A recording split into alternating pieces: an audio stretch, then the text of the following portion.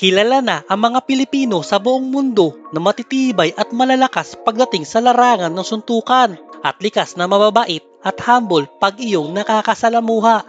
Pero may mangilan-ngilan din talaga na hindi napipigilan ng angas ng katawan at pinapanatili pa sa ulo. Isang dahilan kaya masakit na pagkatalo ang nakukuha. Isa na dito ang ating pambato na si Prince Albert Pagara. Bago ang lahat ay pakisuportahan ang page na aking pinamagatang Sports Update at pakihit ang subscribe at bell button para lagi kang updated ka buddy. Maraming salamat.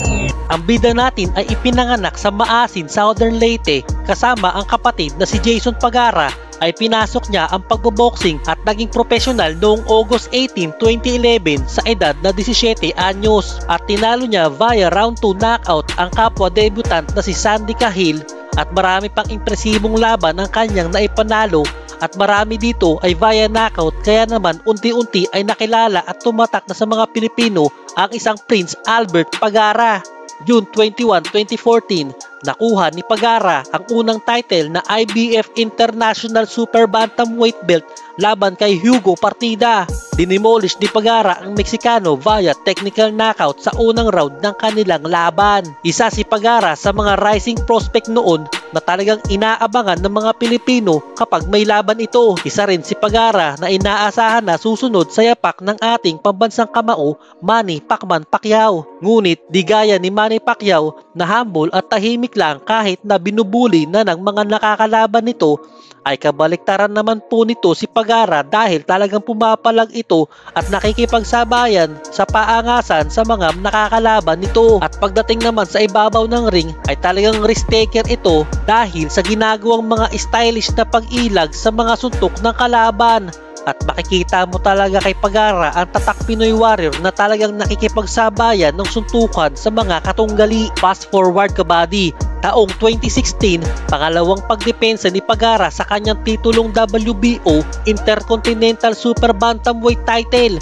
Laban naman kay Cesar Juarez at dumayo pa ang ating kampiyon sa Amerika para idepensa ang titulo na kanyang hinahawakan. Sa panahong ito kabady ay undefeated pa si Pagara at wala pang talo na may boxing record na 26 wins at 18 knockouts sa edad na 22 years old. Ang laban ng dalawang warrior ay naganap sa San Mateo, California, USA.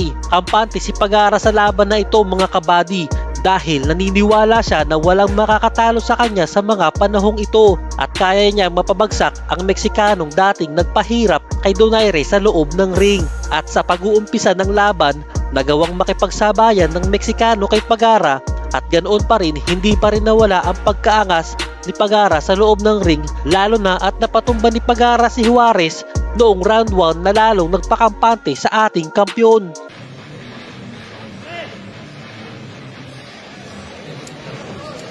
Bien, viernes, el día de ayer.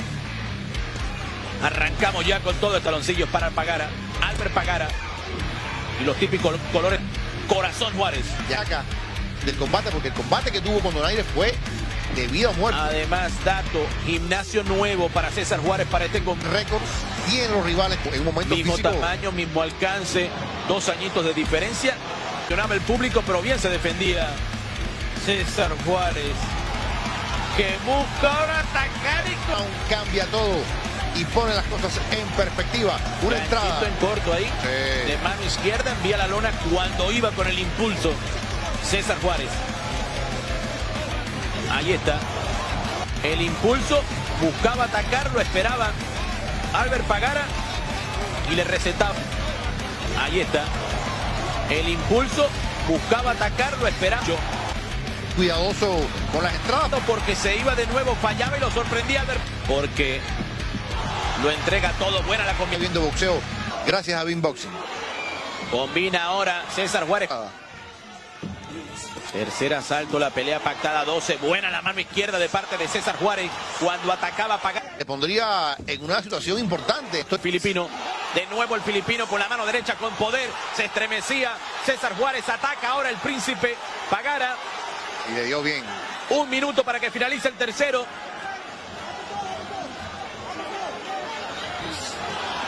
La derecha y luego la izquierda. Bueno, a su rival ahora César Juárez se sale de ahí la mano y nuevo mirando el golpe y ahora también mostrando la buena defensa Albert Pagara.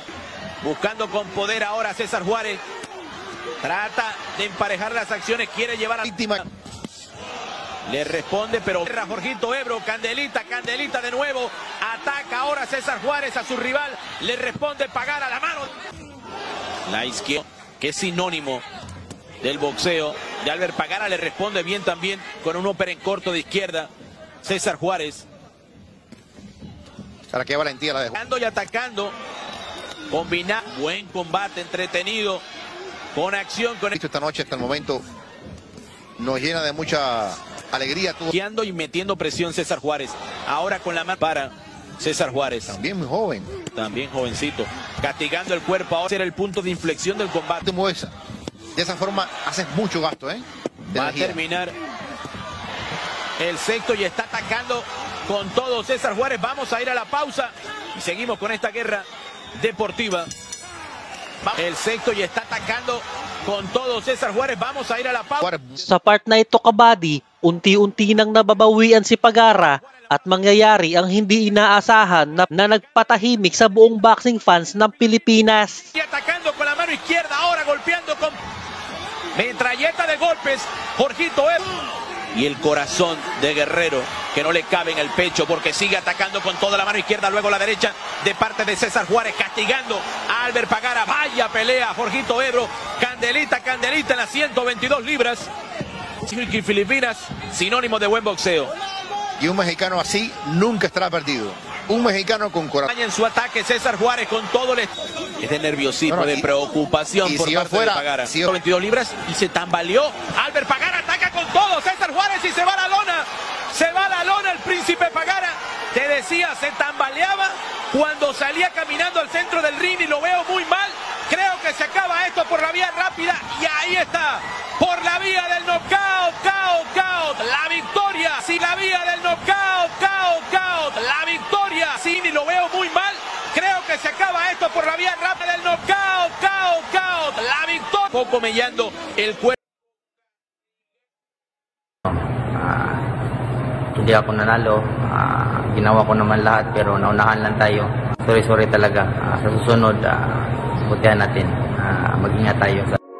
Masaklap ang unang pagkatalo ng pambato nating ito dahil nagmistulang saging na pinatumba si Pagara. Pinilit na bumangon ng ating pambato ngunit talagang nanlambot na at sumuko na ang katawan nito. Ngunit kabady, hindi pa po dito natatapos ang kalbaryo sa karera ni Pagara dahil inaresto at nakulong si Pagara sa kasong pangre-rape sa isang 14 anyos na dalagita. Nakakulong ngayon sa Pardo Police Station sa Cebu ang Pinoy boxer na si Albert Pagara kasunod ng reklamong rape laban sa kanya. Ayon sa pulisya, nagsumbong ang magulang ng 14 anyos na yaya ng anak ni Pagara.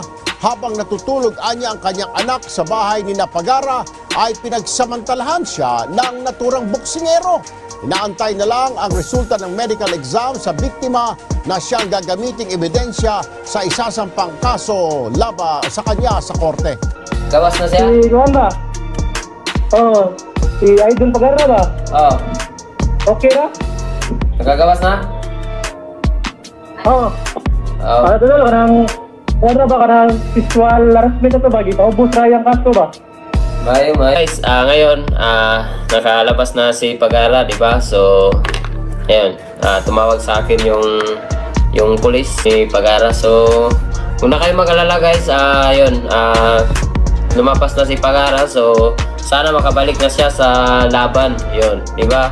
Kailangan talaga natin magdasal. Hindi natin dudugtungan yung mga nangyayari. Kasi di ba alam naman natin may mga pagkakamali na ganun. Pero maayos, pag maayos, kung kayang ayusin, di ba? Oh, yun, naayos na. So, Albert Pagara, sana magbalik ka sa laban, mag-aggressive na siya para sa darating yung laban, di ba? Nag-alala kay Albert Pagara, so okay na siya at lumabas na siya kahapon, so ayun, di ba? Ngayong nakabalik na si Pagara sa boxing, sana ay patnubayan pa rin ito ng Panginoon at suportahan pa rin natin dahil gaya nga ng sinabi ng ating pambato, Cuadro Alas, na lahat ng tao ay nagkakamali at bigyan natin ng pagkakataon na ipakita ang pagbabago at bagong Prince Albert Pagara na mapapasabak sa lona laban sa warrior ng Kazakhstan na si Alex Mazur. Hanggang dito na lang muna, kabady. Thank you and God bless.